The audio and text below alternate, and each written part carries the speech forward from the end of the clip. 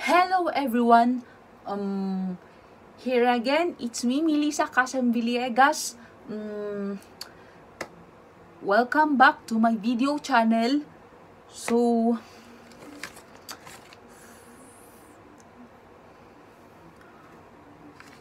for today again,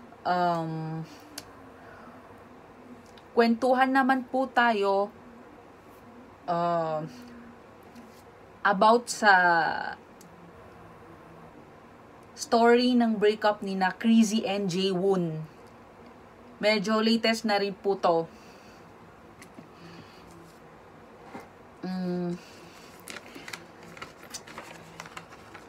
Ito po yung medyo nag-viral po yung story ng breakup nila.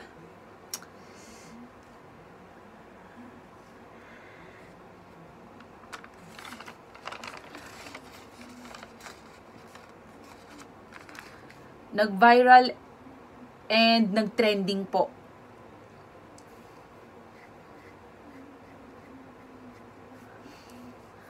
Ang natandaan ko po na napanood ko sa stories ng breakup nila is hindi daw tanggap ng mother ni Crazy si Jaewon.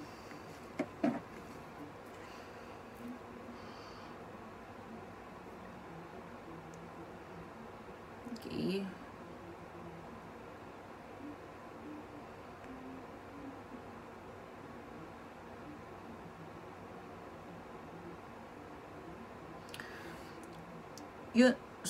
Yun po, yung viral na nagsalita na daw po yung nanay ni Crazy sa kwento ng breakup nila ni Jaewon.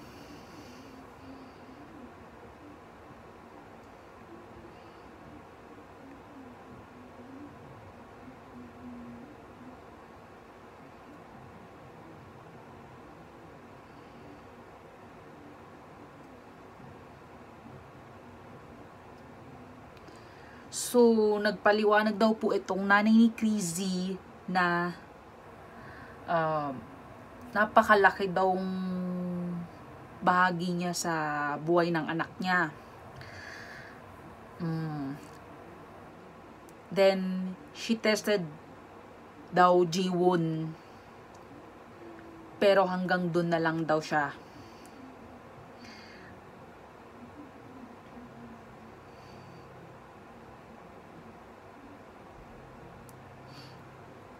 Then,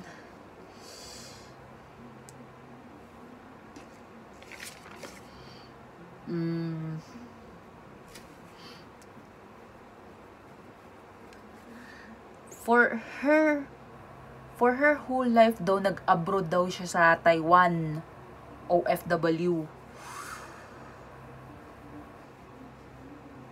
Then, kasi pinaprioritize daw niya yung anak niya.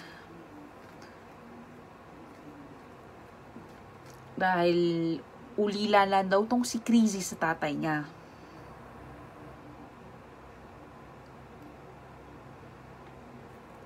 Then, eto daw pong sinabi nung nanay ni Crazy,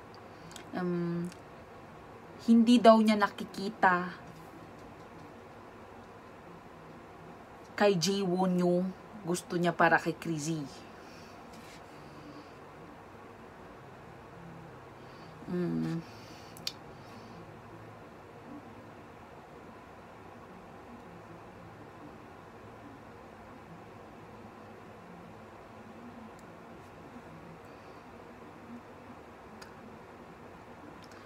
Then sabi niya, tama lang yung desisyon ko na ganun yung ginawa ko sa kanya. Yun yung sinabi nung nanay ni Crazy.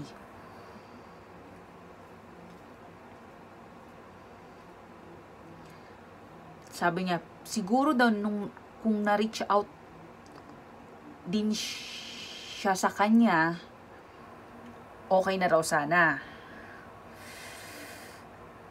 Pero okay daw siya ngayon, okay daw yung nanay ni Crazy ngayon.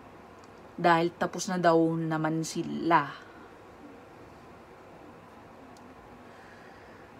Then Crazy said, nung una daw, nagdamdam siya sa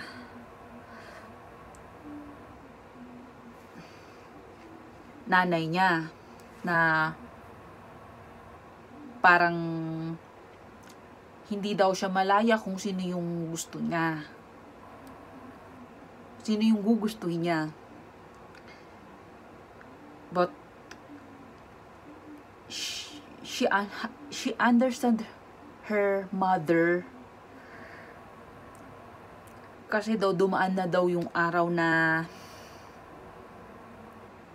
yung studies daw niya napabayaan niya dahil daw po sa away nila.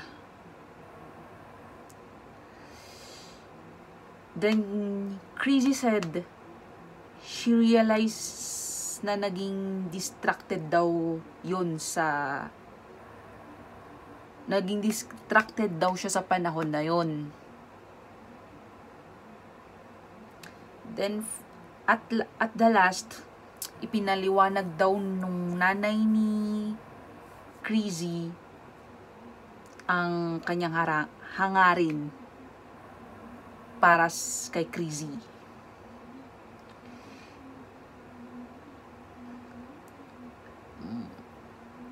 Baka daw maintindihan daw ni Crazy na para rin lang sa ikabubuti niya.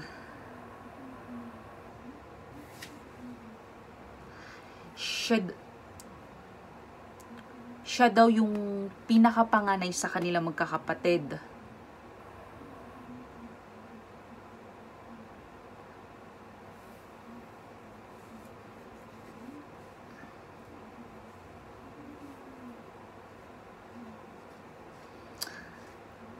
Because mother of Crazy said they only young. Ganun.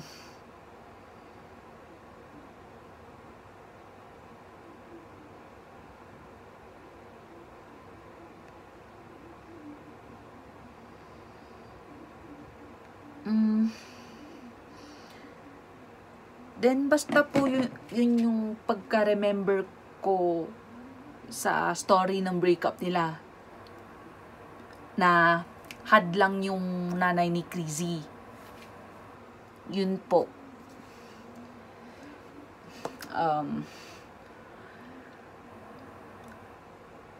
I think I have a short message. Ito lang po is bahala na po ang Diyos sa inyo, G1 and Crazy, kung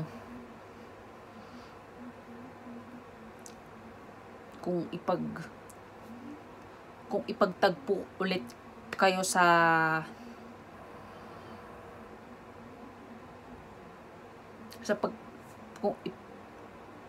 kung ipagtagpo kayo ng pagkakataon or hindi. Yun lang.